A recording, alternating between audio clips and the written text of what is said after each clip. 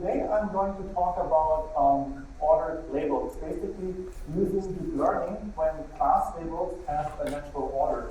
And I think that's a very important and interesting problem because, in fact, many real-world applications that we work with come with such type of ordered information. So, for example, here we have Amazon customer reviews, like 1, 2, 3, 4, 5 stars. We have credit risk ratings, for example, assessing the damage of buildings or other types of structures. Then also plant disease or other types of disease, where we have a scale, let's say, between no disease, moderate disease, and let's say severe disease. And also the popular Likert scale for customer satisfaction, where we have something between, let's say, not satisfied at all to totally satisfied and happy. So there are many types of problems in the real world where we have such labeled information. So, but now I gave you an overview of what, let's say, ordered labels look like. But let me tell you a bit more about these ordered labels and let's say how they are different from, let's say, the traditional paradigm in deep learning where we have either, let's say, class labels or continuous labels. So in particular, I'm going to talk about how ordered labels, which we also sometimes call ordinal data, are different from the conventional class labels. So here, just to start with, to warm up, is a classic example in machine learning and deep learning. That's a problem that we want to classify different types of flowers. So here I have pictures of a setosa, versicolor, and virginica iris flower, and the task is to identify what type of species that is. So usually, when we look at this, it looks like we have 3 different class labels. However, when we, let's say, plug in the class labels into our algorithm, usually what we do is we convert them to integer labels. So we usually can start at 0, but here in this example, we may assign the class label 1 to setosa, class label 2 to versicolor, and 3 to virginica. So it kind of looks like we have an order, but in fact, all the flowers are still independent. So we can't really say, let's say that setosa is less than versicolor. It doesn't really make sense. I mean, on the numeric scale, it looks like that, but they're still very independent types of classes. So in contrast, we have regression problems where we have something, let's say, like 1 ice cream scoop, 2 ice cream scoops, and 3 ice cream scoops. And we can say that 1 ice cream scoop is less than 2, and 2 ice cream scoops is less than 3. And we can also define values in between. We can say we have 1.7 ice cream scoops or 1.8. And also what's interesting about that is that the distances are identical. So we can say the difference between 1 and 2 ice cream scoops is the same as the distance between 2 and 3 ice cream scoops. So now, here's where the interesting part now comes in, the ordinal regression or ordinal classification part. So here I just picked randomly 3 movies that I watched in the past, and I assigned labels to it from this sad face to neutral face and happy face. Kind of reflects, let's say, my movie preferences. Hope I'm not offending anyone here, but let's say I assign these labels, and it looks like, okay, this is a classification problem now, where we have 3 labels, and the task is to classify what type of rating I gave which movie. However, then also I can go ahead and assign numbers to it, like I did, let's say, for the regression case or the classification case. But now we have a problem where we have something that looks like class labels, but in addition, we have an ordering. Because I can say that, let's say, happy is more than neutral, and neutral and happy are both more than unhappy. So I have like this natural ordering. However, in contrast to the conventional classification, we have also like arbitrary distances between them. So in regression, we can say the distance between 1 and 2 is the same as the distance between 2 and 3. But now for these movies, it's really hard to tell. I can't really tell you, let's say, how much more I like Star Trek compared to Transformers, and compare that to the difference between, let's say, Star Trek and Star Wars. It's kind of really arbitrary. I can't really pinpoint it. I can only tell you the ranking or the ordering, but I can't really tell you much more about quantitatively how much I like one movie more than the other. Well, I can tell you I like actually maybe Star Wars quite much more than Transformers or something like that. In any case, the question might now be, can't we just use regular classifiers? I mean, okay, we have this ordering, but I mean, it should still work if we use regular classifiers. And the answer is, yes, we can use classifiers for that, so we can classify these instances with a regular classification framework, but it is not ideal. So let me briefly explain to you or show you the example why it's not ideal and how we can improve that. So it's not ideal because to a regular classifier, all the wrong predictions look equally wrong. So for example, give you a hands-on walkthrough, assume that we have a true label that we want to predict, which is this sad face. So this is what we want to predict.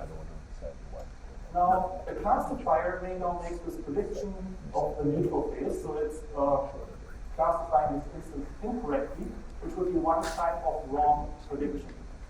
However, another type of wrong prediction would be predicting this happy phase. And to a regular classifier, if we just use these as class labels, both the neutral phase and this happy phase would be counted as equally wrong. So in both cases, we would incur a loss. And the classifier doesn't really differentiate between making this type of mistake or the other type of mistake. However, in fact, this happy phase prediction should be more wrong than the neutral phase, and that is because it's farther away, right? So if I have a movie that I really don't like and I predict neutral, it's not as wrong as saying I really like this movie. In this case, a regular classifier would not really distinguish between the two, and in practice, we can do much better if we provide this type of information. If we tell the classifier that we can do or how much we are wrong, essentially. But again, the scale is arbitrary. Unlike in regression, I can't really pinpoint, let's say, what the difference between 1 and 2 and 3 is. I can only tell I'm more wrong than in the other case. So, and here, like I mentioned, there are many kinds of real-world applications where this really matters, where we have ordered information. And we can really improve our applications if we take this ordering information into account. So in fact, replacing regular classifiers by these so-called ordinal regression models, which take into account this ordering information, can give us a better, let's say, performance in the real world. So how would we now go about that? How do we use or implement classifiers that take into account ordering information? So one approach would be taking something that is already familiar to us, something that we have already studied well in, let's say, in the past, and that is binary classification.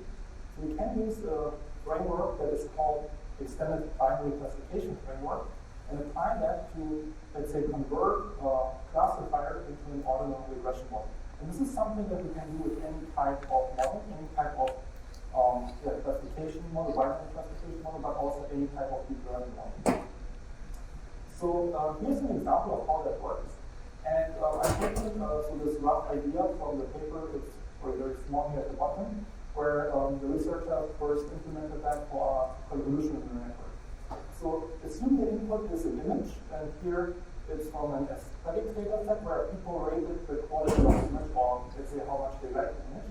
And the rating labels are 1, 2, 3, 4, and 5. So then we can put this image through an arbitrary neural network. We can, let's say, consider a multivariate receptron, recurrent network, convolutional network. I mean, in this case, it's an image, so it makes sense to use a convolutional network, for example, or a vision transformer. But I'm just trying to say it could be an arbitrary network for this type of network to work. So here, let's say we put the image through the network. And then where the binary classification comes in is the output nodes. So here each output node represents a binary classification task. So here the first output node might ask the question, is this rating greater than 1? And the answer could be yes or no, which makes this a binary classification task. And then we can extend it to all the other labels. So we have these binary questions, is the rating greater than 1? Is the rating greater than 2, 3, and 4? And notice the image has 5 labels. We don't need the fifth one because if we answer rating is greater than 4 with yes, this would imply 5. So then after we have these binary questions in the output layer, we can convert this into the final predicted label by counting the number of yeses. So how often, let's say, the network answered with yes. And then add a 1 to it. So here the answer to the prediction is the rating greater than 1 is yes, and rating is greater than 2 is also yes. we would sum them up at the one bit and arrive at the predicted label of 3.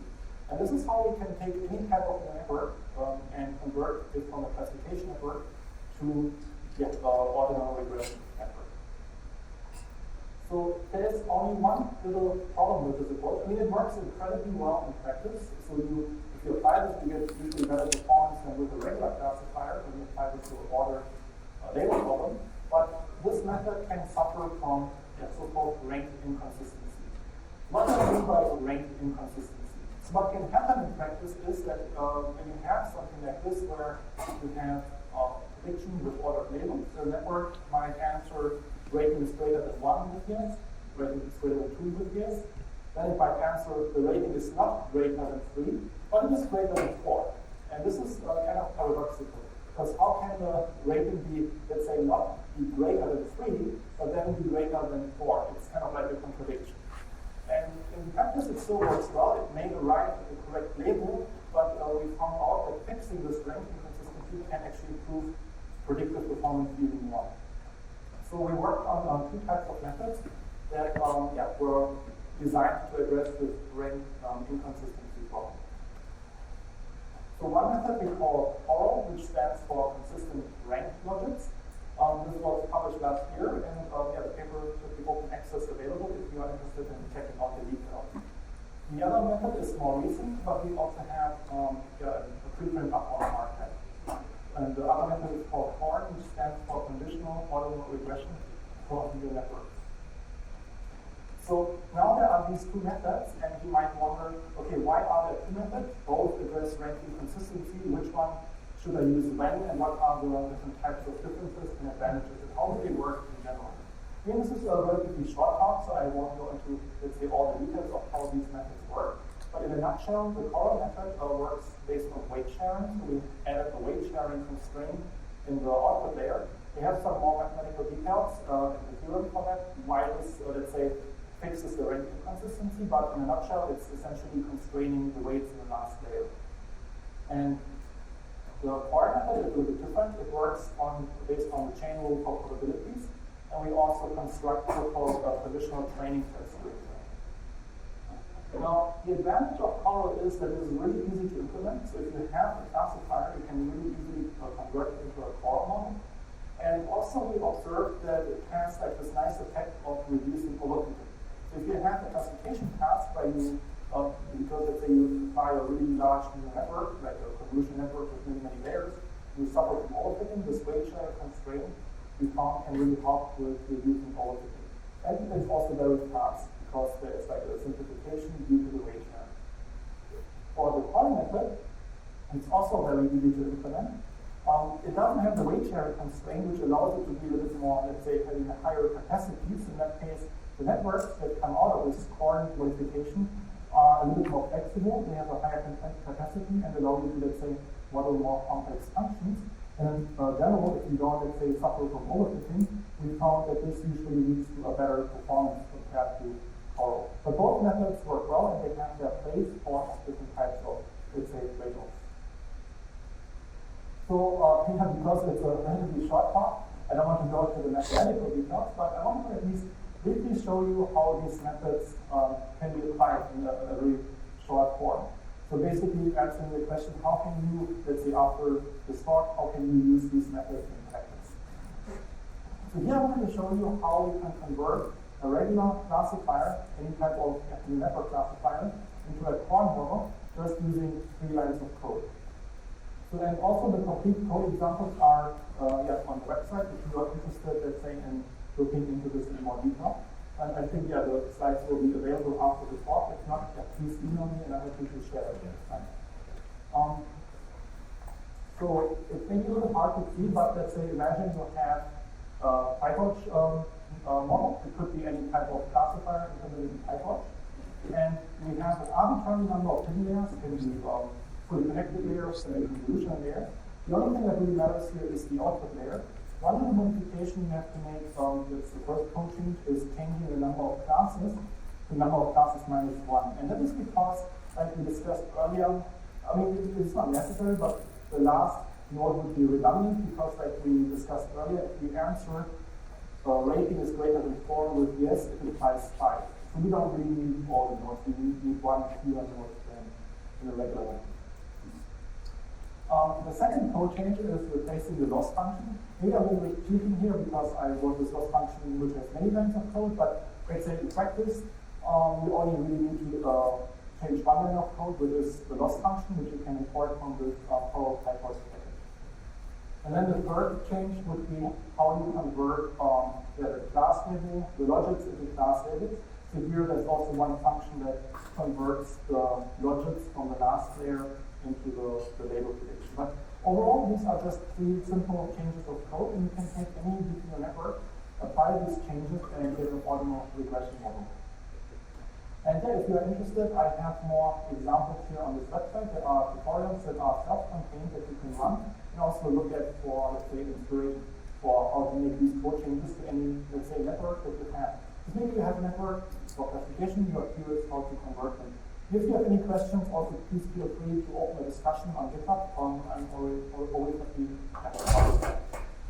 So with that, I wanted to thank all the people who helped making this project possible. I wanted to thank Wenji, Qiantong, and Wadi, who helped me with all the experiments and setting everything up for the paper. And I also wanted to thank the people at Grid.AI and PyTorch, which really helped me becoming a better coder, also converting the code into PyTorch.